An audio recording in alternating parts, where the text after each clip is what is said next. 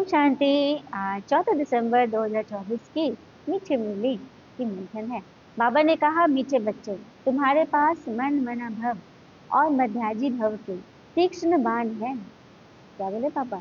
हमारे पास मन मना भव और मध्याजी भव अर्थात बाबा और वर्षा दोनों की तीक्ष्ण बाण है। मतलब दोनों चीज हमारे पास एकदम क्लियर है। एक आंख में बाबा है तो एक आंख में वर्षा है। सत्य स्वर्ग है हमारे पास।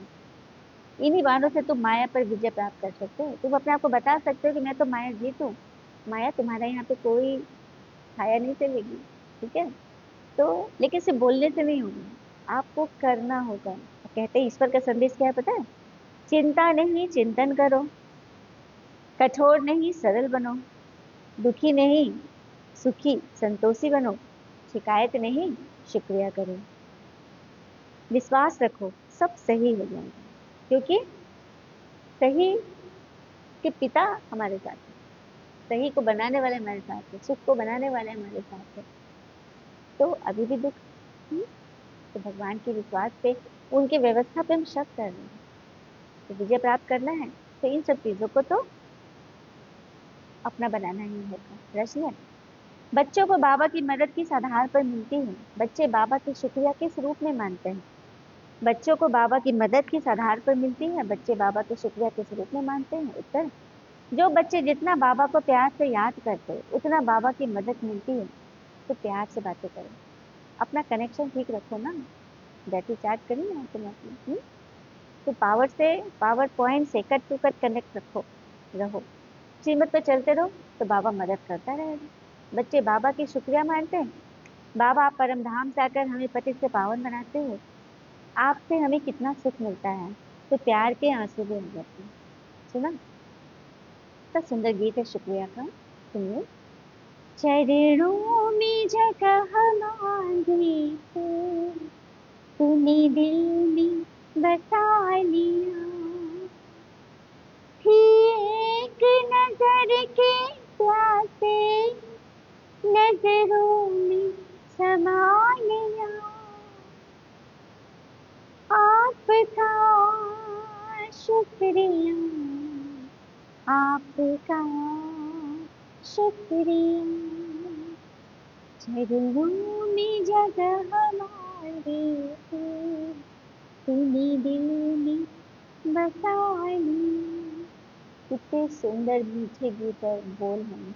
तो आप सब इसे पूरा सुनना चाहते हैं तो बीके सॉन्ग, तो ये गीत बोलकर यूट्यूब पे बोल दो, मिल जाएगा, इजीली अवेलेबल है। ठीक है? सुनते रहिए, बीके सॉन्ग ही कह दीजिए और बस म्यूजिक की धुन में अपने सारे काम करिए। तो उससे परमात्मा की याद बनी रहेगी और शरीर थकेगा ही नहीं, क्योंकि वो आत्मा करेगी ना। तो बस बाबा से बातें भी चलती रहेगी काम धाम में। ओम शांति। बच्चों को सबसे प्रिय है माँ और पापा, और माँ बाप को भी सबसे प्रिय होते हैं बच्चे। अब बाबा जिसको त्वमेव माता से पिता कहते हैं ना, लौकिक माँ बाप को तो ऐसा नहीं कहेंगे कि तुम ही हो माता, तुम ही हो पिता। नहीं ना, ये महिमा जरूर उनकी है, लेकिन इसे कोई जानते नहीं। अगर जाए तो वहां चले ही जाए और बहुतों को ले भी जाए। सही बात है, अगर हम भगवान के बारे में पहले से जानते होते और घर का भी रास्ता पता होता तो खुद भी जाते, औरों को भी, चलो ना घूमने के लिए चलते हैं, भगवान के घर चलते हैं, घूम करके आते हैं, है ना। तो ड्रामा की भाभी ऐसी, घर का रास्ता किसी को नहीं पता है, हम बच्चे जाते हैं तो मन बुद्धि से जाते हैं, विजुलाइज करते हैं कि हम वहां पहुंच गए। उसी समय इतनी शक्ति मिलती है। जब ड्रामा पूरा होता है तभी जाना है। आगे मूवी नाटक होते थे, जो नाटक पूरा होता था, जैसे थिएटर वगैरह होते थे, तो नाटक जब पूरा होता था तो स्टेज पर सारे एक्टर्स खड़े हो जाते थे और हाथ हिलाते थे ऐसे, है ना। ऐसे भी आप नेता लोग को देखते हैं, कितने सारे लोग वहां जुड़ते हैं, लास्ट समय में सारे खड़े होकर हाथ हिलाते हैं। तो वही सीन है, वही सीन होने वाला है। यह भी बेहद का बड़ा नाटक है। यह भी सारा बच्चों की बुद्धि में आना चाहिए। सत्य, त्रेता, द्वापर, कलयुग, ये सारी सृष्टि का चक्र है। ऐसे नहीं मूल वतन सूक्ष्म वतन में चक्र फिरता है, ऊपर चक्र नहीं फिरता है, चक्र नीचे ही फिरता है। स्वास्तिका बनाते हैं ना, चार कोष्ठ है ना, खंड, सत्य, त्रेता, द्वापर, कलयुग। फिर गाया भी जाता है एक ओंकार सत्य नाम। तो ये महिमा किसकी, एक आकार किसका है, सत्य नाम किसका है? भल ग्रंथ में सिख लोग महिमा करते हैं, ये उनके वचन है। एक ओंकार सतनाम करता पुर अजूनी, गुरु नानक वाच कह देते हैं, लेकिन गुरु नानक ने किसकी महिमा की ये तो पता ही नहीं। लेकिन लोग क्या करते हैं, टीचिंग को फॉलो नहीं किया, टीचर को पकड़ लिए। तो गुरु नानक को जो पकड़ लिए वो सिख पंथ के हो गए। सतगुरु भी नानक को ही समझ लिए। वास्तव में सृष्टि भर में महिमा जो होती है वो सिर्फ एक की होती है। साईं बाबा का पिक्चर ले लीजिए, उनकी उंगली ऊपर, सबका मालिक एक। कभी बोला कि सबका मालिक मैं, अपनी तरफ पॉइंट किया किए मैंने कभी? कभी नहीं। लेकिन हमने उनकी उंगली की तरफ नहीं देखा, हमने उन्हीं को पकड़ लिया कि यही है भगवान। क्योंकि उनके अंदर भगवान की शक्ति आ गई थी। क्योंकि जो भी व्यक्ति, कोई साधारण भी व्यक्ति, यदि वो सारा दिन भगवान की याद में रमन करता है, तो उसकी जिह्वा पे माँ सरस्वती और उसके कर्मों में वो वरदान समाया होता है, जिससे उसकी सोच बोल करब वो जहाँ कदम रखते वहां पदम खिल लेते। ये परमात्मा का वायदा है बच्चों से। जो मेरी याद में रहेंगे तो उनकी याद तो ऐसे ही पार छोड़ने वाली होगी, पारा ही नहीं रहेगा उसको। तो वही बात है। लेकिन बाबा कहते हैं किसकी महिमा ये देव धर्म स्थापक कर रहे हैं, उनकी ओर देखो। अच्छा, मैं तो था ही नहीं तो तुम कैसे देखते? तो अब मैं आ गया हूँ, इसलिए बाबा कहते हैं मेरा परिचय सबको दे दो। अभी तुम कौड़ी तुल्य से हीरे तुल्य बनते हो मेरे द्वारा, परम पिता परमात्मा द्वारा। अभी तो है पति दुनिया था ब्रह्मा की रात्रि, और सत्य कहता है ब्रह्मा का दिन। देवताएं कितने अच्छे थे, अभी पुनर्जन्म लेते लेते तमो प्रधान नीचे आ गए, देवता ही आए नीचे। अभी कुछ मैं सुन रही थी कि कुछ भविष्यवाणी हो रही है कि वर्ष 2025 26 27 बहुत ही कठिन आने वाला है, जिसमें सिर्फ 38 करोड़ लोग ही बचेंगे पूरे विश्व में। मतलब आज जो हम लोग सीन देख रहे हैं, इसराइल है, ईरान है, गाजा पट्टी, और फिर वो फिलिस्तीन, जितने लोग सब धीरे धीरे जुड़ रहे हैं ना। और अमेरिका का राष्ट्रपति अब ट्रम्प हो गया। ट्रम्प के बारे में तो पता ही है कि कितना वो, किस तरह की नीति, रशिया और यूक्रेन का युद्ध तो चल ही रहा है। तो हम लोग तलवार की नोक पे वैसे ही खड़े हैं, कभी भी कुछ भी हो सकता है। तो पुरुषार्थ में देरी क्यों? कल बाबा ने परसों बोला था ना, विनाश के पहले मेरा परिचय सबको दे दो, नहीं तो मेरे को बहुत उल्हाने सुनने पड़ेंगे। बाबा तुम कब आए हमको तो पता ही नहीं चले, चले बता दो। भले चले न चले वो उनका प्रॉब्लम है, तुमको बस बता देना, सुना देना। एक आत्मा अपना अनुभव बताई थी ट्रेनिंग का, कि दीदी मैं माइक पे खड़े होकर भगवान का परिचय अपने हॉबी के रूप में भगवान को परिचय दे दी। सबको बता दी मेरा हॉबी ही है ईश्वर का परिचय देना। क्या बात है, ऐसा हॉबी तो किसी कोई पैगंबर का नहीं होगा ना। तो इस तरह से भगवान का परिचय बता देना है सबको। ठीक है। और फिर बाबा कहते हैं सन्यासियों का बाबा ने बहुत महिमा करते हैं कि बोले बहुत पवित्र थे जिन्होंने भारत की मदद की। अगर उनमें पवित्र, वो भी पवित्र नहीं रहते तो भगवान, भारत तो एकदम जल ही मर जाता। लेकिन उन्होंने भारत को थामा हुआ था जब बाबा आ गए। क्योंकि काम सीता पे बैठने से ही सब पूरी धरती जल रही थी, विष विषय विकारी दुनिया में। तो इससे बचाने के लिए बाबा आए हैं, है ना। अब बाबा कहते हैं, समझा रहे हैं, अगर क्रिस्टल आपस में मिल जाए तो सारी सृष्टि का राज्य ले सकते हैं, परंतु कायदा नहीं है, मिलेंगे ही नहीं, लड़ते ही रहेंगे। और माखन किसको मिलेगा? तो कृष्ण को, मतलब भारत को मिलेगा माखन। ये सृष्टि रूपी स्वर्ग ही तो माखन है। बेहद का बाबा कहते हैं ये योग बल की लड़ाई शास्त्रों में गाई हुई है, बाहुबल की नहीं। उन्होंने फिर हिंसक लड़ाई दिखा दी, उनसे अपना कोई संबंध ही नहीं है। मैंने, बाबा ने परशुराम में बोला था ना, सुर देवता आएंगे क्या कलयुग में असुर से लड़ने के लिए? ना, कलयुग में हो ही नहीं सकते देवता, वो तो सत्युग में होते हैं, स्वर्ग में होते हैं। तो यहाँ पे जो लड़ाई दिखाई वो अपने भीतर ही सुर असुर दोनों है। हम्म। जिस वजह से हमें, और सबसे बड़ा असुर क्या है हमारे अंदर पता है? क्रोध। क्रोध किसी बात, देखो क्रोध एक होता है जुबान से तेज बोला, वो भी, वो तो सामने वाला क्रोध है। लेकिन एक क्रोध होता है मन का भी होता है, मन में किसी बात में फंस जाना, मूंझ जाना, हलचल में किसी बात को उल्टा लेना, ये भी क्रोध है। अच्छा, 6 समय पर क्रोध नहीं करना चाहिए, ये ध्यान से सुनेंगे, हो सकता है तो नोट कर ले। सबसे पहला, सुबह उठते समय, जैसे ही आंख खुले, क्या सोच रहे हैं? बाबा कोई चीज नहीं पकड़ा रहे, कोई अगरबत्ती नहीं थमा रहे, कोई घंटी नहीं थमा रहे, कैसे ये करें? भगवान कह रहे हैं किसी भी बात पर, जो रात कुछ हो गया उसका चिंतन नहीं करना। चिंतन करना ही क्रोध का ही अंश है। उसके बारे में व्यर्थ सोचना, बोलना, संकल्प करना। तो क्या करना? सुबह उठते हैं, जागते हैं, सबसे पहले भगवान को सुप्रभात, उनको नमस्कार, और अपने अच्छे अच्छे चीजों को, पॉजिटिव चीजों को जो अपने लिए चाहते हैं वो बोलना शुरू करें। ठीक है। प्रभु स्मरण करें। और कहते हैं ना, कुछ न करना ही प्रभु स्मरण है, कुछ न करना ही प्रभु स्मरण है। तो कुछ न करना, अच्छा कर रहे हैं सब कुछ, लेकिन हमने तो किया ही नहीं, हमें तो भान ही नहीं। यही है प्रभु स्मरण, यही है प्रभु की याद और प्रभु की उनके लिए उनका रिगार्ड। ठीक है। दूसरा है पूजा पाठ योग करने के समय बिल्कुल भी व्यर्थ बातों में जाए ही नहीं। यदि भोग लगाने जा रहे हो बिल्कुल फालतू तरफ किसी देदारी को याद भी मत करो।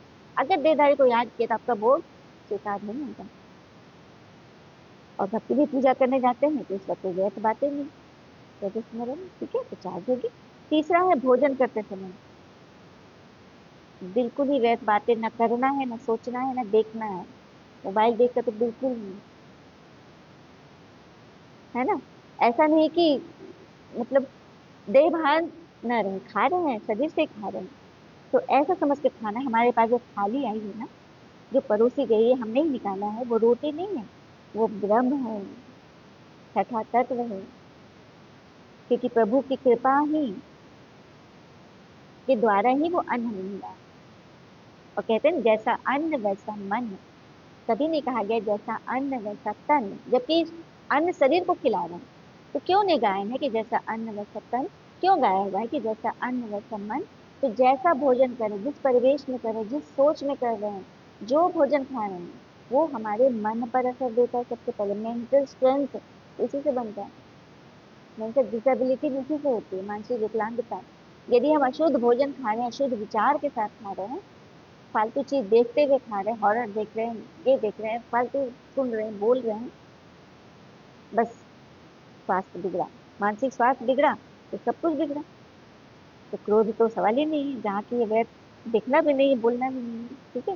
फिर है घर से बाहर कहीं जाओ तब क्रोध मत करना। क्योंकि आप किसी काम से जा रहे हो, स्कूल जा रहे हो, बाजार जा रहे हो, किसी काम से ही निकल रहे हो ना घर से। क्रोध मत करो, खुशी खुशी जाओ तो काम बनेगा। और जब घर से आओ तो भी क्रोध नहीं करना। क्योंकि घर में बच्चे हैं, परिवार है, बुजुर्ग हैं, आपकी याद में रहते। एक आत्मा कह रही थी कि कहीं वो पार्टी में चली गई थी, थोड़ा देर हुआ रात के खाने में, घर लौटी ना, तो बुजुर्ग लोग आंख टके टके वो लोग दरवाजे पे देखते हैं कि कब आएगी हमें भोजन देगी। तो कितना इंतजार में बैठते हैं। हाँ। और आगे से वो अगर थोड़ा सा बोल दिए, बुजुर्ग इतना देर कर दी, आपको गुस्सा नहीं करना। आपको प्रेम से एक बच्चे की तरह, क्योंकि बड़े इंतजार में होते हैं, चाहे बच्चे हो, बूढ़े हो, युगल हो, कोई भी हो, पत्नी हो, बड़े इंतजार में होते हैं। उनके मन पे मतलब खुशी का उन पे वो है, और आप उसको क्या डाल दिए एकदम, भर लोटा जल डाल के उनके सारा चीज मंशा को एकदम वो कर दिए, तार तार कर दिए। तो वो भी नहीं करना है। ठीक है। और बच्चे जो है ना, आपकी बगिया में प्रभु ने ही फूल खिलाए हैं, उनको मुरझाइए नहीं, उन पर गुस्सा मत कीजिए, शांति से अपनी बात रखिए। हाँ, बच्चे तो तंग करते ही हैं, लेकिन आप क्या करोगे उस समय? वही तो आपकी परीक्षा की घड़ी है, उस वक्त अपने आप को संभाल लेना। ठीक है। फिर है सोते समय सुर बनकर सोना, क्या सुर बनकर, हम्म करण बनकर सो, कुंभकर्ण बनकर नहीं। ठीक है। सोते समय भगवान की याद में रहो, तो बस हो गया ना। दाता बनकर देते रहे, देने का ही तो हमें कर्म भगवान सिखा रहे हैं। और समय पर जो समझते हैं वही समझदार होते हैं। अच्छा, हमारी औकात ही क्या है कि हम दे? अरे भगवान ने हमें भरपूर दिया है, और ये रोज रोज हमें दे ही तो रही है मीठे मूल्य के इतने इतने ज्ञान रतन, ये नॉलेज हमें मिल रही है। तो हमारा काम क्या है? देना ही तो है। देने वाले की लिस्ट में हम है। ठीक है। वो दाता है, तो हम भी मास्टर दाता है। तो समझ जाइए कि ये कॉमन बात नहीं है, ये कॉमन सत्संग नहीं है, कॉमन मूल्य नहीं है। है ना। बाबा अपने मोस्ट बिलेवेड बच्चों को बेहद राह समझाते हैं। और बाबा को बच्चे हमेशा प्यारे होते हैं, लेकिन बाबा का प्यार पाने में हम क्या बन जाते हैं? नंबरवार। हम्म नंबरवार बनते हैं। तो बाबा तो चाहते हैं मेरा सब बच्चा नंबर 1 बने। हम्म हाँ, यहाँ भी जो सर्विस पर तत्पर रहते हैं, रहम दिल रखते हैं, वो प्यारे लगते हैं बाबा को। भक्ति मार्ग में तो रहम मांगते आ रहे थे, भगवान अच्छा करे, रहम करे, मर्सी और दया करे। लेकिन बाबा कहते हैं यहाँ पे दया कृपा की बात है, तुम्हें अपने आप पर स्वयं ही कृपा करनी है। बस ईश्वरीय श्रीमत पर चलो, मुरली सुनो, और जो पॉइंट अच्छी लगे उसे सारे दिन में भगवान को धारण करके दिखाओ। यही अपने ऊपर कृपा करना। ऐसा नहीं कि ईश्वर जो चाहे कर सकते, जब चाहे तब आ सकते, नहीं, उनका भी पार्ट है। सब कुछ वो समय अनुसार ही कर रहे हैं। हाँ। अगर ऐसी शक्ति होती तो फिर इतनी गाली क्यों मिलती है? वो मतलब यही रहते और सबको सुधारते रहते, तो कलयुग क्यों बनता, सत्युग गाली क्यों मिलती, वनवास क्यों मिला। वनवास पे किनको मिला था वनवास, शास्त्रों की बात है। हम्म, राम जी को नहीं पता है। जैसे किसी घर में कोई बड़ा सेठ है, उसके घर में उसका बच्चा को कल उसको उत्तराधिकारी बनाना है, बिजनेस का बड़ा उसको बोर्ड ऑफ डायरेक्टर का एकदम सीईओ बनाना है उसको। और सुबह जब वो तैयार के आए और उसको कह दिया जाए कि नहीं, तुमको ये पद नहीं मिलेगा, तुम ये बस उतारो अपने कपड़े और ये वन का कपड़ा पहनो, तुम्हें वन जाना है। कैसा लगेगा उसको, सोच कर देखिए कैसा लगेगा। उसके मन से सहज ये प्रश्न उठना चाहिए कि क्यों, ऐसा क्यों। लेकिन राम जी ने क्या किया, एक अधिकारी बनने वाले, राज्याभिषेक होने वाला था, लेकिन कहा गया कि बस उतारो, तुमको जंगल जाना है, राज्याभिषेक नहीं होगा तुम्हारा। हम्म, क्या कहा उन्होंने, कब जाना है, क्या कहा, कब जाना है। और इतनी सी बात, ये होता है। और वन भी ऐसा वैसा नहीं है कि छोटा सा बगीचा में गए या फूल ही खिले गए, जंगल में भीषण जानवर और राक्षसों वाले वन में जाना। और यहाँ तक हद देखिए, वो जब वहां चल के आराम कर लिए, वहां पे अपना कुटिया उटिया बना लिए, तब उनका भाई पहुंचता है और जा करके खड़ा भी नहीं है कि अब तुमको चप्पल भी नहीं देना है, नंगे पैर। फिर भी हम्म, तो परिस्थिति आई, पता है ना, कि हर एक समस्या कुछ ना कुछ बहुत अच्छाई लिए हुई है। अगर हम उस बात पे फोकस करेंगे तो हम हम उसको आसानी से में जी लेंगे। ठीक है। और अपने आप को मर्यादा पुरुषोत्तम बनाएंगे। ठीक है, जब हम मर्यादा में चल कर करेंगे, क्योंकि जो भी चीजें हमारे जीवन में आई हैं वो विधि का विधान है। हाँ, किसी भी कार्य के पीछे ना विधि का बहुत बड़ा विधान है। मानव तो अल्पज्ञ होते हैं, उन्हें भविष्य की योजना का क्या पता। हाँ, जो दुख हमें मिला है उसके परिणाम स्वरूप हम संसार को कितना सुख देने वाले हैं, ये हमें थोड़ी पता है। अच्छा, एक चीज और बताना चाहूंगी। दशरथ से किसी ने पूछा कि आपने राम नाम क्यों चुना, क्योंकि वशिष्ठ मुनि ने राम नाम रखे थे ना, नामकरण हुआ था। तो राम का अर्थ है रम, अर्थात रामेश्वर। र से रामेश्वरम और आ का है वो अंबिका, और म है महेश्वरम, अर्थात किनका गुणगान है, शिव परमात्मा। रामेश्वर, राम के जो ईश्वर है कौन है, रामेश्वर। और अंबिका अर्थात शिव शक्ति, माँ दुर्गा, माँ पार्वती, माँ काली समाई हैं, शिव शक्ति अर्धांगिनी है, अर्धनारीश्वर। और महेश्वर, जो सबसे बड़ा ईश्वर है, ईश्वरों में गॉड ऑफ गॉड्स है, गॉड बनाने वाले जो है। ठीक है, तो ये है इसका अर्थ। तो बस वही चीज हमें बनना है, और फिर हमें ऐसा बनाने ही भगवान आए हैं। कम से कम राम में सही उनके दरबारी तो बन जाए, है ना। तो बस वही बात है। बच्चियां कितना पत्र भी लिखती है, खून से भी लिखती है, कथा भी है ना, श्री कृष्ण को खून निकला तो द्रौपदी ने चीर फाड़ कर दिया था, है ना कहानी। तो वही बात है, कुछ भी हो लेकिन उसको अपनी युक्ति से ठीक कर लेना, सहज कर लेना। ठीक है। और श्री कृष्ण को अगर कुछ लगे तो दुख होगा ना, और हुआ भी, उनको भी दुख होता था। तो फिर उनको परमात्मा कैसे कह सकते हैं, परमात्मा को तो दुख होता ही नहीं, क्योंकि उनको मजिदार ही नहीं, वो तो सजीधारे ही नहीं। हाँ हाँ। तो इसीलिए सदाशिव गाया जाता है, सदाशिव अर्थात सदा सुख देने वाला। तो बाबा कहते, मेरे मीठे मीठे सिकीले दे बच्चे जो सपूत है, ज्ञान धारण कर पवित्र बनते हैं, सच्चे योगी और ज्ञानी वही है, वही मुझे प्यारे लगते हैं। तो बनना है ना। आजकल तो लोग झूठा कसम भी खिलाते थे, कोर्ट वगैरह में क्या होता है, ईश्वर को हाजिर नाजिर जानकर झूठ ही बोलते हैं। लेकिन बाबा कहते अभी तुम प्रैक्टिकल में हाजिर नाजिर जान रहे हो मुझे, तो तुम्हें तो सच कहना है। बाबा इन आंखों रूपी खिड़कियों से तुम्हें देखते हैं। हम्म, तो वो सब कुछ देखते रहते हैं, लेकिन कहते हैं मैं अंतर्यामी नहीं हूँ।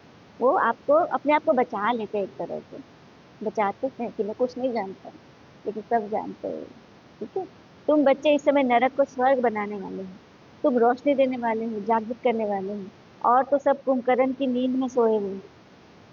तुम माताएं ही सबको जगाती हो, स्वर्ग का मालिक बनाते हो, इससे मेजॉरिटी माताओं की है, इसलिए तो वंदे मातरम गाया गया है। हम्म, भीष्म पितामह आदि को भी तुमने ही बाण मारे थे। मन मन अभय मध्याजी मुंह का बाण कितना सहज है। हम्म, मन में ना होता, भगवान को अपना सब कुछ मान लो और उनके नियम पे चलो। और कहते हैं ना, जिस इंसान की सोच और नीयत अच्छी होती है, भगवान उसकी मदद करने में कोई कोई कसर नहीं छोड़ते, किसी न किसी रूप में आ जाए। तो ये आत्माओं के अनुभव भी है कि आपको जो भगवान का परिचय दिया, और मैं तो बस बल्ले बल्ले हूँ, है ना। इसलिए बाबा कहते हैं मेरा परिचय सबको दो, सबको बताओ, ठीक है। तो 21 जन्म तुम्हें कभी कर्म पूछने की दरकार ही नहीं पड़ेगी, कभी नहीं होगा। और ये राजयोग स्वयं भगवान ने सिखाया था। और सच्चा सच राजयोग, राजयोग तुम अभी सीख रहे हो। अब तो बताना भी है ना सबको, तुम्हारा फर्ज ही है बाबा का परिचय सबको देना। अभी तुम ईश्वर की औलाद हो, फिर देवता क्षत्रिय वैश्य शूद्र के औलाद बनेंगे, अभी आसुरी औलाद से ईश्वरीय संतान बने हैं। हम्म। हमेशा ये सोचो, बाबा की याद में आंसू आ जाए कि हम क्या थे, बाबा ने हमें क्या बना दिया, तत्व तो हम जो थे फिर से बनने वाले हैं। योग में रहने वालों को बाबा मदद भी देते हैं, आप ही आंख खुल जाती, खटिया हिल जाएगी, ऐसा अनुभव होता है हम लोगों को। तो भगवान ने जवाब दिया, बाबा तो बहुतों को उठाते, लेकिन कौन उठ करके स्नान ध्यान करके योग तपस्या करके बाबा को भोग लगाता है अमृत वेले, ये बहुत बड़ी बात है।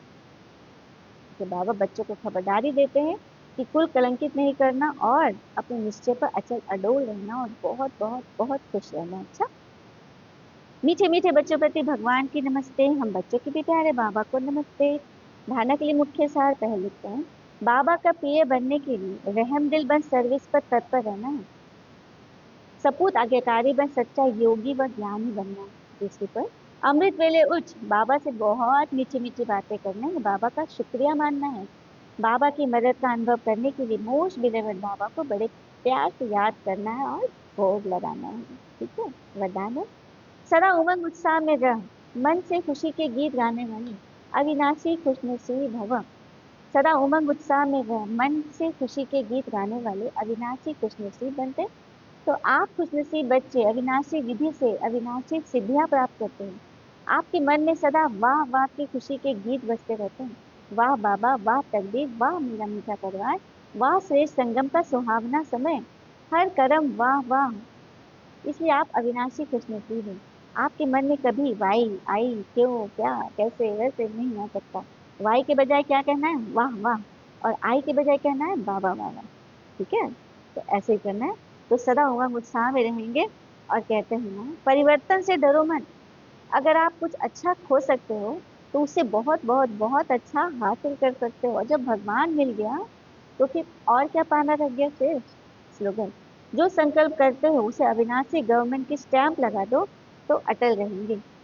जो संकल्प करते हो उसे अविनाशी गवर्नमेंट की स्टैंप लगा दो, तो अटल रहेंगे। और एक बहुत सुंदर संकल्प बताऊं, भगवान से यही कहना है, हे भगवान, सबकी मदद करना, क्योंकि तेरे सिवा ये कोई नहीं जानता कि कौन किस मुसीबत में है। उनकी मदद जांच के करनी। ठीक है।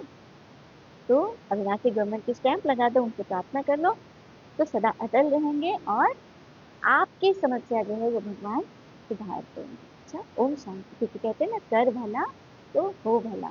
ओम शांति। शुक्रिया बाबा।